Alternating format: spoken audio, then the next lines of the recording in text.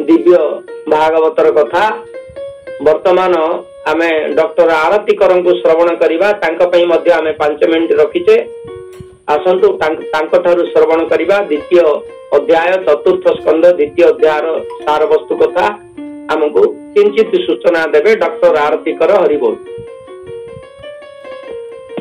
प्रणाम गुरुदेव। उपस्थित समस्त को मोर भक्तिपूर्ण प्रणाम। आमे गत काली काशीनाथ प्रभु कार्तिकेय प्रभु और भावग्राही मिश्र प्रभु ए चतुर्थ स्कंधर द्वितीय अध्याय संपर्क रे सविशेष आलोचना करिसंती। तथापि सुंदरी तृप्तिर अवसाद नाही न्याय रे ए सब जिनस जेते सुनिले मध्य प्रति मुहूर्त रे नुआ नुआ किछि सुनला परी मने हेउथाय। मुख्यतः ए चतुर्थ स्कंदर द्वितीय अध्याय विषय वस्तु दक्ष प्रजापतिंकर शंकर भगवान को निंदा और अपमान। यह हमको सूचना दिए जे क्रोध जिणे शाण दिया कार्तिकी। क्रोध केमिति मनुष्य को पशु स्तर को नहीं जाए ताहा ही होछि एई अध्यायर विषय वस्तु। एठी प्रश्नकर्ता हेउछंती विदुर महाप्रभु एवं उत्तर देउछंती मैत्रेय महामुनि जे दक्षंकर कनिष्ठ कन्या पार्वती को दक्ष काहेकि अनादर कले।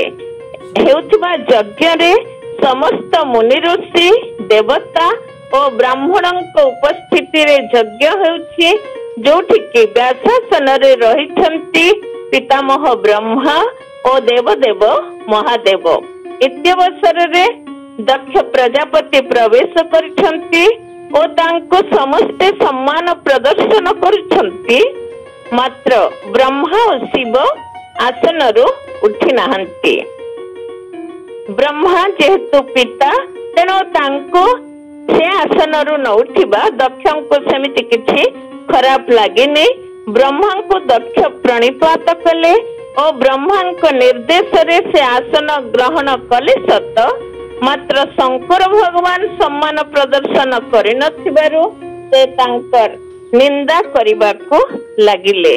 दक्ष प्रजापति भूली गले जे शंकर भगवान व्यासासन रे तेणु से हेउछंती समस्तंकर नमस्य। से काहाकू नमस्कार करिबे नाही। अनेक समय रे बहु व्यक्ति निजर भूल बुझी न पारी सर्वदा अन्य को दोष देई थांती। सेही परि एक व्यक्ति विशेष दक्ष प्रजापति जे कि केवल शंकर भगवानंकर निंदा ही निंदा करि चलिले। देवर्षि नारद और पिता ब्रह्मांक कथारे निजर कन्या को एपरि एक अयोग्य व्यक्ति को प्रदान करिथिबारु नारद और ब्रह्मा को मध्य निंदा करी निज असम्मानित होइथिबारु से स्थान परित्याग करिबाकू उद्यत हेउछंती दक्ष प्रजापति। एवं दक्ष प्रजापति समस्त देवगणक सम्मुखरे शंकर भगवान को अत्यंत कदर्य भाव रे अपमानित करुछंती। मोर मृगनयने कन्या पार्वतींकर ए मर्कट लोचन शंकर पाणी ग्रहण करिछि। एथिपाई मु निजको धिक्कार करुछि। मर्कट हातरे शालग्राम प्रदान करी जो भूल मु करिछि तार पराभव मु एबे भोग करुछि। आमे समस्त चिंता करिबा उचित जे भूल रो मध्य एक परिसीमा अछि। ए परिसीमा अतिक्रम करिगले व्यक्तिर स्थितावस्था आउ रहेना से पशु स्तर को चली जाए। सही परि दक्ष प्रजापति निर्दोष शंकर भगवान को बहु गाली मंद दे अत्यंत क्रोधवशत अभिशाप प्रदान करुछंती। मैत्रेय महामुनि वर्णना करुछंती किपरि अभिशाप देले दक्ष प्रजापति शंकर भगवान को आरंभ करुछंती। हे देवाधम हे कुस्थित कदाचर देवता मानक मध्य रे अधम मु अभिशाप देउछि। ए यज्ञ रो मो प्रति तुमे जो असम्मान करिछ ए यज्ञ भागरु तुमे वंचित हेबो किछि मध्य एठारु पाइब नाही। एथिरे समस्ते हाहाकार करि उठिले मात्र शंकर भगवान निर्विकार चित्तरे हसुथांती कारण से परम वैष्णव तेणु विषय जीवर कौन पदार्थ से ग्रहण करते नाही।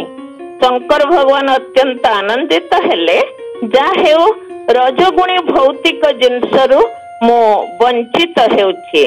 क्रोधवशत दक्ष प्रजापति एई प्रकार अभिशाप दे से स्थान परित्याग करने उद्यत हेले किंतु एथिरे सबु देवगण हाहाकार करि उठुथिला बेले मुनि ऋषि माने किंतु ब्राह्मण माने नीरव रहिले एवं जाहाकु कि सह्य करि पारि नाहंती।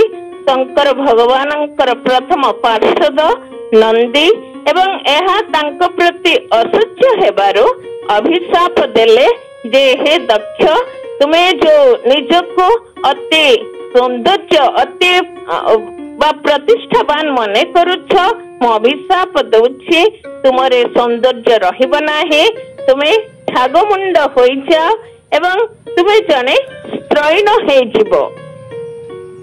आ ब्राह्मण माने किछि प्रतिवाद करि नथिबारु तांकु मध्य अभिशाप देले जो माने शिव निंदा सह्य करुछंती सेमाने कुंभीपाक नरकरे पड़िबे आओ सर्वभूत हेबे किंतु एथिरे नीरव रहिले नाही। भृगु महामुनि से मध्य बिना कारण रे ब्राह्मणंकु नंदी अभिशाप देउथबारु से मध्य अभिशाप देले। शिव उपासक माने पाषांड जीवन यापन करिबे ओ मादक द्रव्य रे बुड़ी रहिबे। ए समस्त परिवेश को लक्ष्य करि मध्य शंकर भगवान निर्विकार चित्तरे नीरवरे से स्थान छाड़ी चली गले। कैलाश पर्वत अभिमुखे चिंता कले एठी अधिक समय रहिले एहिपरि परस्पर आक्षेप वृद्धि पाइब सिना कमिब नाही। दक्ष प्रजापति अभिशाप देई स्थान छाड़ी चली जाइथिले एबे शंकर भगवान मध्य से स्थान छाड़ी चली गले। दक्षंकर एपरि स्वभाव नंदींकर अभिशाप वर्षण ब्राह्मण संप्रदाय को और ब्राह्मण श्रेष्ठ भृगुंकर शिव भक्तंक अभिशाप वर्षण ए सबु देखि ब्रह्मा मध्य से स्थान परित्याग करी ब्रह्मलोक को गमन कले। मैत्रेय महामुनि बुझौछंती हे विदुर एपरि दक्ष प्रजापति शंकर भगवान और ब्रह्मा से यज्ञ स्थान छाड़ी चली गले सिना किंतु भृगुंक अध्यक्षतारे ब्राह्मण माने यज्ञ कार्य अव्याहत रहिले। तेणु ब्रह्म कर्म समाप्त करने निमंते 1000 वर्ष पर्यंत यज्ञ कार्य स्वयं नारायण उद्देश्य रे जारी रखिले। ब्राह्मण माने 1000 वर्ष पर्यंत यज्ञ कार्य करी यज्ञ पूर्णाहुति देले। गंगा जल रे यज्ञ पदार्थ यज्ञ कुंभ विसर्जन करी त्रिवेणी घाट रे गंगा जमुना और सरस्वती संगम पीठ रे स्नान करी स्व स्थान गमन कले। एठी दक्ष प्रजापति भूली गले ए सबुर नियामक प्रभु नारायण। आकाशात् पतितं तोयं यथा गच्छति सागरं सर्वदेव नमस्कार केशवं प्रति गच्छति। हमें भूली जाओ व्यक्ति अहं सर्वस्व बा मु सर्वस्व होई गले तापाई विपद माड़ी आसे जहार ज्वलंत उदाहरण हेउछंती दक्ष प्रजापति।